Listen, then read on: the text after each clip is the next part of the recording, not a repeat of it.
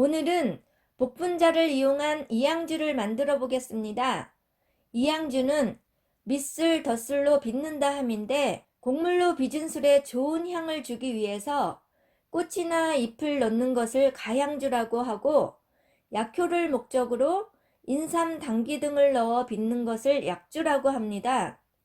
동의보감에는 약기운을 돋게 하는 데는 술보다 좋은 게 없다고 기록되어 있고 조선시대에는 금주령을 내린 시기임에도 불구하고 약으로 쓴다고 하면 용서해주는 임금님도 계셨다고 합니다. 그러니까 잘만 쓰면 술도 약인데 여기에다 좋은 약성을 가진 약초와 함께 술을 빚으면 그 효과를 더욱 기대할 수 있겠죠. 하지만 약초는 반드시 전문가의 조언을 필요로 하고 약주는 호불호도 많이 갈리기 때문에 저 개인적으로는 은은한 색과 향 그리고 맛을 살리는 정도로만 사용하고 있습니다. 복분자주는 대부분 잘 익은 생복분자를 넣어 상큼한 맛과 향 그리고 약성을 살려서 담그는데 생복분자의 가격이 만만치 않아요. 그래서 이번에는 말린 복분자를 사용해 보려고 해요. 복분자의 양리성과 잘 어울리는 약초에 대해 잠시 알아보겠습니다. 약초 설명이 잘 되어 있는 영상을 링크 걸어 두겠습니다. 복분자는 우리가 익히 들어 알다시피 요강을 없는다고 하죠. 그런 복분자의 양리성에 초점을 두어 덜 익었을 때 채취하여 말린 복분자 20g, 혈액을 아래로 집중시키는 우술 10g, 새는 구멍을 틀어막는 산수유 10g, 근육을 강화시키는 두충 10g, 노화를 방지하는 구기자 10g, 모든 약초를 조화롭게 하는 감초 2쪽, 속을 따뜻하게 하는 건강 3쪽을 깨끗이 씻어서 1분 정도 끓는 물에 소독한 뒤 물 3리터와 함께 달이다가 2리터가 되게 졸이고 약초는 건져내어 준비해 둡니다. 범벅을 할 때 계속 물을 펄펄 끓이면서 해야 하기 때문에 물이 부족하게 되면 당황되니까 조금 넉넉하게 끓이는 게 좋습니다. 위 부재료 약초들은 평소에 정력제라는 닉네임을 갖고 있고 연령 고분단의 주 재료이기 때문에 정말로 요강을 엎어버릴지 깨버릴지 기대해 봅니다만 무엇보다도 술은 약성보다는 맛이 좋아야 하기 때문에 마른 복분자로 처음 시도해 보는 저로서도 약간은 긴장됩니다. 약물이 끓고 있는 동안 술 빚는 과정을 생각해 보겠습니다. 술 빚는 과정은 크게 준비 과정, 밑술 과정, 덧술 과정으로 나뉘는데요. 간단히 요약하면 준비 과정 1. 쌀가루와 누룩은 항상 냉동실에 보관해 둡니다. 2. 도구 및 발효조 소독을 철저히 합니다. 3. 범벅 만들 약물 또는 맑은 물을 끓여 놓습니다. 밑술 과정 1. 범벅 만들고 식히기 2. 누룩과 혼합하기 3. 발효조에 넣기 덧술 과정 고두밥 만들 쌀 씻고 불리기 2. 고두밥 찌고 식히기 3. 밑술과 혼합 후 발효조에 넣기입니다. 첫날이라 조금 복잡하고 지루하시겠지만 준비 과정은 한두 번만 숙지하시면 일도 아닙니다. 먼저 스테인리스 국자부터 설명드릴게요. 고문헌에 쌀된 대로 물 된다 라는 말이 있어요. 같은 국자로 쌀도 되고 물도 되면 된다는 간단한 이치입니다. 알려져 있는 많은 레시피가 1리터 기준으로 되어 있기 때문에 양이 많다 싶은 사람은 그의 절반인 0.5리터짜리 국자를 사용하면 좋은데 애석하게도 시중에 0.5리터짜리 스텐 국자를 잘 못 찾겠더라고요.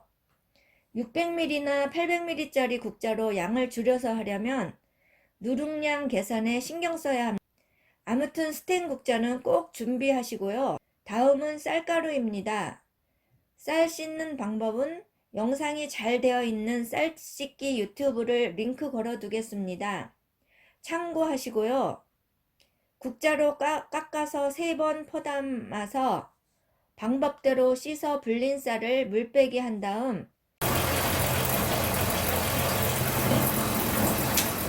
방앗간에 가서 곱게 빻아옵니다. 소금은 절대 넣지 말라고 말하는 거 잊지 마시고요. 이렇게 가루를 내오면 아까 새 국자를 떴으니까 새 등분하여 냉동 보관합니다. 가루와 누룩을 냉동 보관해 두어 날씨가 좋거나 컨디션이 좋을 때 언제든 밑을 담글 수 있게 합니다. 누룩입니다. 냉동실에 보관해 두었기 때문에 미리 꺼내어 햇볕에 법제해서 잡내도 날리고 잠자고 있는 미생물도 깨워줍니다. 수곡이라고 물에 담갔다가 사용하기도 하는데 초보자들은 아무래도 밖에서 오래 관리하다 보면 자칫 쉰내도 나고 오염시킬 수 있으니까 도시에서는 차라리 2시간 정도 전에 꺼내 놓아서 사용하는 게 안전할 수도 있습니다. 도구와 발효조는 소독이 기본입니다. 물 끓이면서 20분 정도 소독합니다. 쌀이나 물, 그리고 기타 세부적인 설명은 그때그때 조금씩 설명하기로 하고 약물이 끓고 있는 동안 꺼내놓은 쌀가루를 스테인리스 볼에 넣고 손으로 비벼서 덩어리를 곱게 풀어줍니다. 물론 체에 치면 더욱 좋습니다. 곱게 풀은 가루에 펄펄 끓는 약물 2국자를 먼저 넣고 재빨리 섞어줍니다. 저도 오늘은 카메라를 켜고 있으니까 조금 허둥대게 되는데 서두르지 마시고 차분차분 하시면 됩니다. 첫 번째는 재빨리 섞고 두 번째 물을 붓고는 곱게 많이 풀어줍니다. 그래야 마지막 물을 끓는 물을 부었을 때 호화가 골고루 잘 되거든요. 마지막엔 뜸을 들이는 기분으로 뚝뚝 끊어주면서 조금 기다렸다가 하얀 덩어리가 보이지 않을 때까지 다 풀어줍니다. 이 하얀 덩어리를 다 풀어주는 것이 관건입니다. 하얀 덩어리가 있으면 술에서 아세톤 향처럼 거친 향이 날 수도 있거든요. 이제 다 풀어졌으면 온도를 25도까지 차갑게 식혀줍니다. 1도 내리는 게 보통 일이 아니에요. 온도가 식었으면 누룩을 넣고 잘 혼합합니다. 급한 마음에 덜 식었을 때 누룩을 혼합하면 미생물이 화상을 입으니까 천천히 하세요. 이제 소독된 병에 미스를 넣고 뚜껑을 잠근 뒤 살짝 풀어주겠습니다. 배보자기를 고무줄로 묶은 뒤 뚜껑을 가볍게 올려두기도 하는데 저는 그냥 이렇게 하겠습니다. 이렇게 하루 1, 2회 저어주다가 36시간 안에 고두밥을 혼합할 거예요. 처음에는 세상 없어도 시간을 지켰는데 몇 번 담가 보니까 밑을 상태를 보고 덧쓸 시기를 판단하게 되더라고요.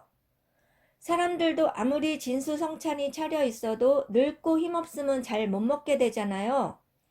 그렇듯이 미생물들도 잠복기, 증식기, 정지기, 사멸기를 거치는데 증식기엔 미생물들이 청년기라서 젊고 튼튼하고 숫자도 많아졌기 때문에 대량의 이산화탄소를 발생시키는데 이때 부글부글 끓는 상태를 보고 판단하시면 됩니다.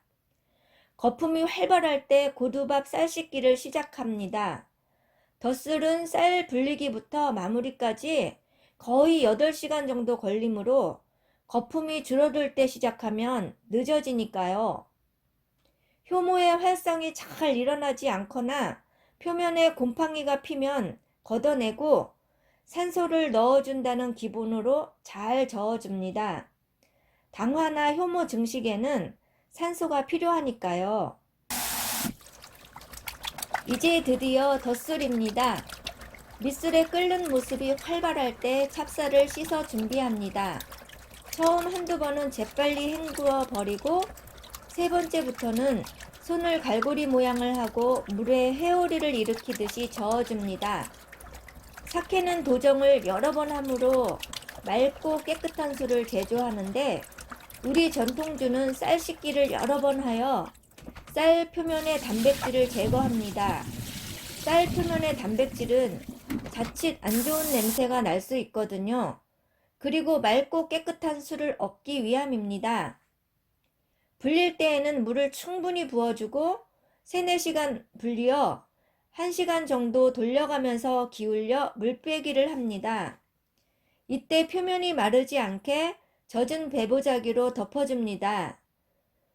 쌀찌기는 정말 신경 써야 합니다. 쌀이 속까지 잘 익어야 당화가 잘 되고 거친 냄새가 나지 않으니까요. 쌀을 올리지 않은 상태에서 김이 오를 때까지 끓이다가 찜기를 올리고 처음 10분은 뚜껑을 덮지 않고 찝니다.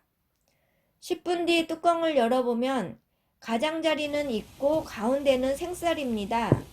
골고루 섞어준 뒤 뚜껑을 덮고 20분 찝니다. 이때 깨끗이 씻고 뜨거운 물에 헹군 약초를 넣어 섞어준 뒤 10분간 더 찝니다. 불을 끄고 10분간 뜸들입니다. 고두밥의 양이 많으면 뒤적이는 것과 시간을 늘려주며 신경 써서 익혀야 합니다. 시간만 지킨다고 잘 익지 않거든요. 이제 잘 익은 고두밥을 빠르게 식혀줍니다. 이때 자꾸 뒤적거리면 고두밥이 으깨지니까 찜기에 고르게 펴놀고 부채질해 주는 게 좋겠죠. 빠르게 처리하면 오염될 확률이 그만큼 적어지니까요. 고두밥이 차갑게 식었으면 밑술을 부어 혼합합니다. 이때 밑술도 배보자기에 한번 걸러서 사용하면 누룩치가 덜 나서 좋습니다. 그것까지 설명하면 어렵다고 도망가실 것 같아서 오늘은 그냥 하겠습니다. 하지만 누룩에는 단백질 성분이 있기 때문에 여기에서 아미노산 향이 도관에 갇혀 있으면 누룩치를 낼 수 있기 때문에 술의 품질 향상을 위해서는 꼭 걸러내시는 게 좋습니다. 덩어리를 잘 풀어주고 발효조에 넣습니다. 밑술 때와 마찬가지로 뚜껑은 살짝만 덮겠습니다. 15시간 만에 열어보니